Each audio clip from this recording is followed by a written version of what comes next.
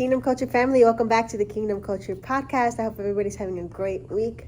This week, I wanted to talk about something that happened. So, on my weekly call with my mentor, he said something about kids that really got me thinking about motherhood. He said that kids, they're born, they grow up, they're at their full authentic selves, and then us parents detach them from who they truly are when we tell them, when we discipline them or we deprimand them 8 times more than anything else instead of praising them.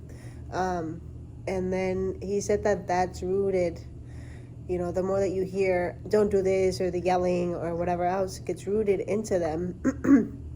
And I found that very, very interesting. So then I started to think about the way that I discipline my child and the way that I'm raising my son. And so it made me start to think about motherhood, right? And all of the things that we have to, go through as parents, really. And the first thing that I could think about was the balancing act we have to do between work and, our family. If we are full-time working parents, then we have to find a way to balance our time with work, family, and everything else, life-wise, friends. And I realized that I do a very good job at this without realizing that I was doing a really good job. I think it's because I've learned how to, manage my time really well. But it could get exhausting sometimes. I think there's days where I'm just like super tired and I don't want to do anything else but sleep. And it can be exhausting to have to juggle between all of the things over and over and over again, And so as being a full-time working mom, there's things that I feel like I've missed when my son was growing up. There was things that I wish I could have done with him that I wasn't able to because, I wasn't there. And to this day, my number one goal is to come home and stay with him and be fully independent and be financially stable to be able to stay home with him. But as I prayed through that and as I worked hard to get there, I realized that it's okay to, provide for your family. It's okay. And I shouldn't feel shame, right? So that's what I want to talk about today. The things that we deal with and that we shouldn't feel shame about.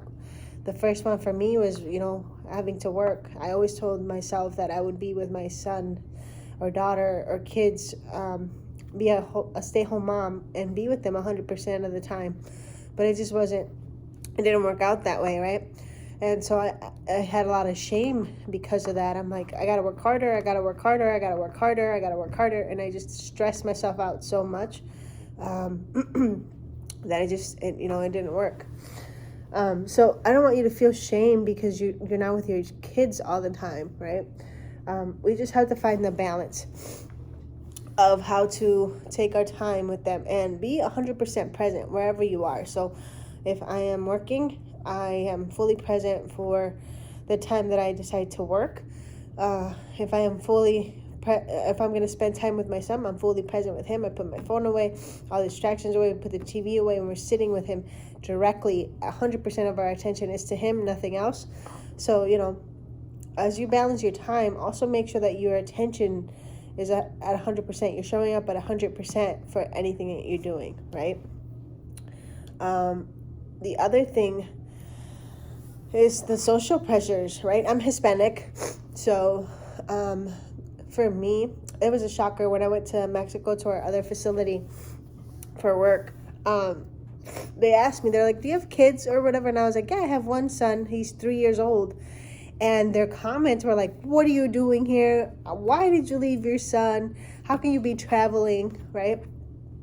And leave him, right? And so this other coworker of mine had never left her kids, and they're already like 15 and 16.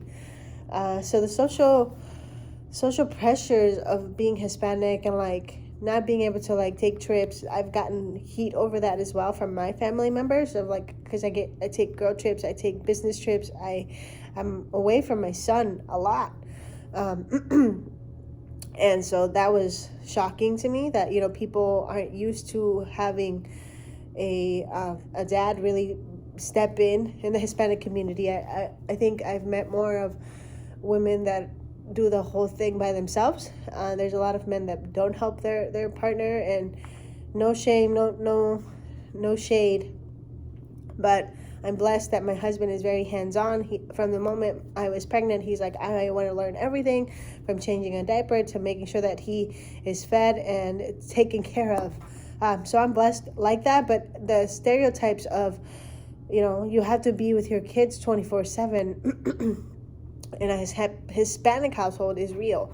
I remember my mom told me, she was like, you're crazy. Why are you going to leave your son? And I think the first time I traveled, he was 8 months.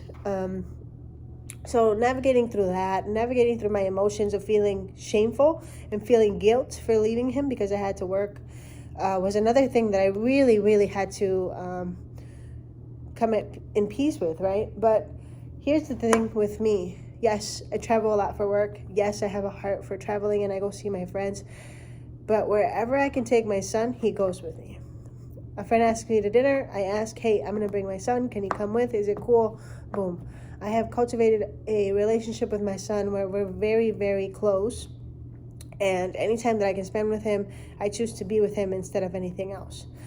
So it's just finding what works for you, right? But don't feel the guilt. Don't feel the shame. Don't feel the sadness or the anger that comes with the guilt, because we are just doing the best that we can as parents. And I don't want you to think that because of the norms of before or whatever else, you're not able to be something else than your kid's mother. I think that I root a lot for women and parents and single dads and single moms to realize that we still have our individuality. We still have who we are, who we were before having our kids, before even getting married. So don't lose your individuality. I think I've learned a lot through my 4 years of marriage, that I have my own desires, I have my own dreams, I have the things that I like, the things that I don't like. My husband does too. So we've learned to cultivate a respectful environment so that we don't lose ourselves, right? The other thing that I wanted to talk about was the emotional and physical demands of parenthood. So my birth was traumatic for me. I actually had to get an emergency C-section and almost did not make it out of the table. Praise God that I did. But it takes a toll on your body, and it took me a while to get back to being healthy, to working out, to eating right. And let's talk about the postpartum period of having a baby. For me, it was crucial. I had to have people over all the time because I couldn't be by myself. I couldn't bear the sadness. I felt like my life was going to change dramatically, and I couldn't understand that. My brain was trying to freak me out about it. So I got into a deep depression. My husband, was very supportive.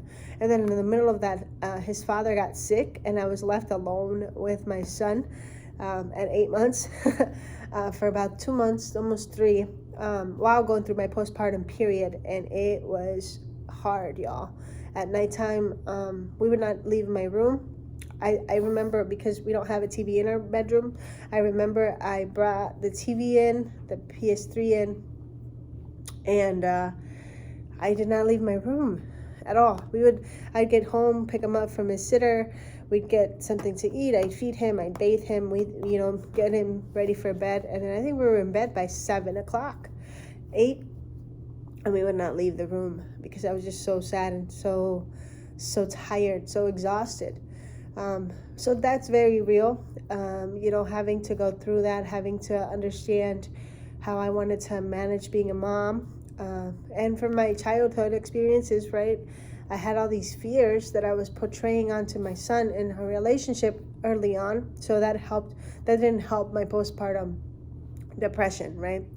And the physical toll that it took on my body, my leg, my back.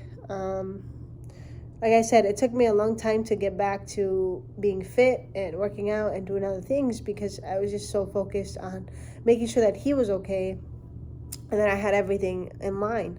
So that comes with the shame and the guilt of my childhood, of feeling the abandonment and feeling like my parents, weren't there, but were there, but weren't there, right? But it's hard, you guys. The emotional and physical demands, like, having a child, I feel like, should be something that you really, really want to do. There's this debate all the time on social media about parents just having kids because they want kids and that it's selfish or not selfish. I say that it's kind of both, right? Because as humans, we desire to leave people, right? Leave a legacy, leave something. So if you really want to have a child, do it for the right reasons. Don't just do it because you want to or whatever, because it is a lot, and it's an emotional toll as well. It demands a lot of your time. They deserve to be loved fully, which is what I've come to realize too with my healing journey. Like my inner child and my son both deserve to be loved at 100%, 1,000%. No judgment, no anger, no nothing, just pure love, unconditional, pure love, because that's how he will get ahead. That's how he will know who he truly is. That's how he'll feel empowered. That's how he'll grow up and be a decent human being, and will know Christ, and will know that, mom and dad did the best they could, right? There's nobody perfect, but be very conscious of the fact that you're raising another child. And if you are not emotionally stable, financially stable, or anything else, that carries on to them. So that's my 2 cents on that topic. And then, also I want to, talk about what I've done to help me get over my shame and realize that I could manage my time very well, and how we spend time with our son. So going through my healing journey, I realized that I had a lot of little things that I had to get over because my parents weren't around. And so I didn't have a role model of how to be a mother, but I did have faith friends and other friends that were parents. And so what I did, I sat down with myself and I said, what is the relationship that I want to have with my son? I remember the first time I did it, he was like 6 months. I'm like, what do I want my relationship to be with him? How do I want to discipline him so that he knows, that he can't do like whatever he wants, because you do have to discipline your children, and all these things. And I remember I wrote down, I wanted to cultivate nothing but love, patience, and peace. I want him to feel like I'm his safe space and we can talk about everything and anything, My husband, I remember he said that he wanted to be his best friend, because with his parents, they were always working, and his dad was always working, and he didn't cultivate that relationship until later. So those were the main 2 things that we grasped, and we said, okay, let's cultivate an environment where he can feel safe, where he can talk to us, and he sees that we're always around. So we made it a priority to spend time with him together and separate. So there's days where I take him out to eat. There's days where he takes him out to, playground. There's days where we both sit down with him and play, or take him somewhere and just enjoy his presence. There's days where, we split up and he's busy training people, and I'm taking care of AB, and we go out for dinner, or we just sit down and talk. There's days where we just watch a movie together because he enjoys monster trucks, so we watch things that he likes. We also made it a priority to talk to him like an actual grown up. So we sit down, we make eye contact, and we talk to him, and we say, hey, you know what? This is why this is happening. And we discipline him the same way. And it has been a long road. He's only 3, but we've learned so much from him. And that's another thing. Like we've realized that we had to learn from AB so that we are able to help him the best that we can, right?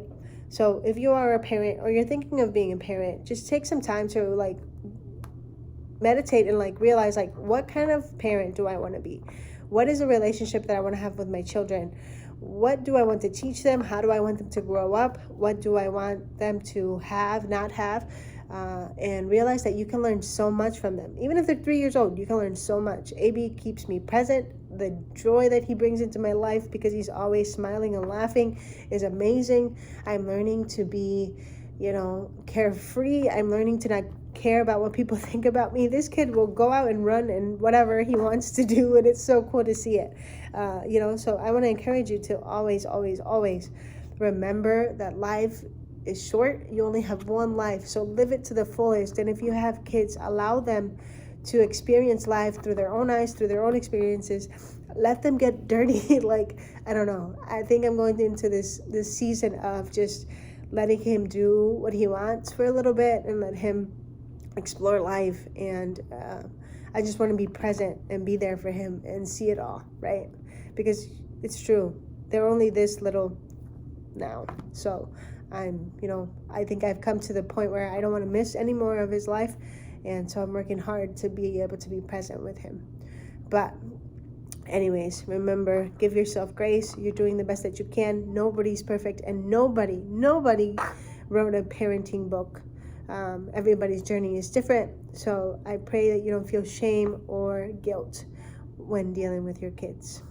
That's all I have for you this week. I hope that you guys have a blessed one. And remember that I love you, but that the Lord loves you more. Always, always, always. Don't forget to share this podcast episode if it brought value to your life. We're trying to grow the podcast, and I am so appreciative of all of those that already support me. So God bless.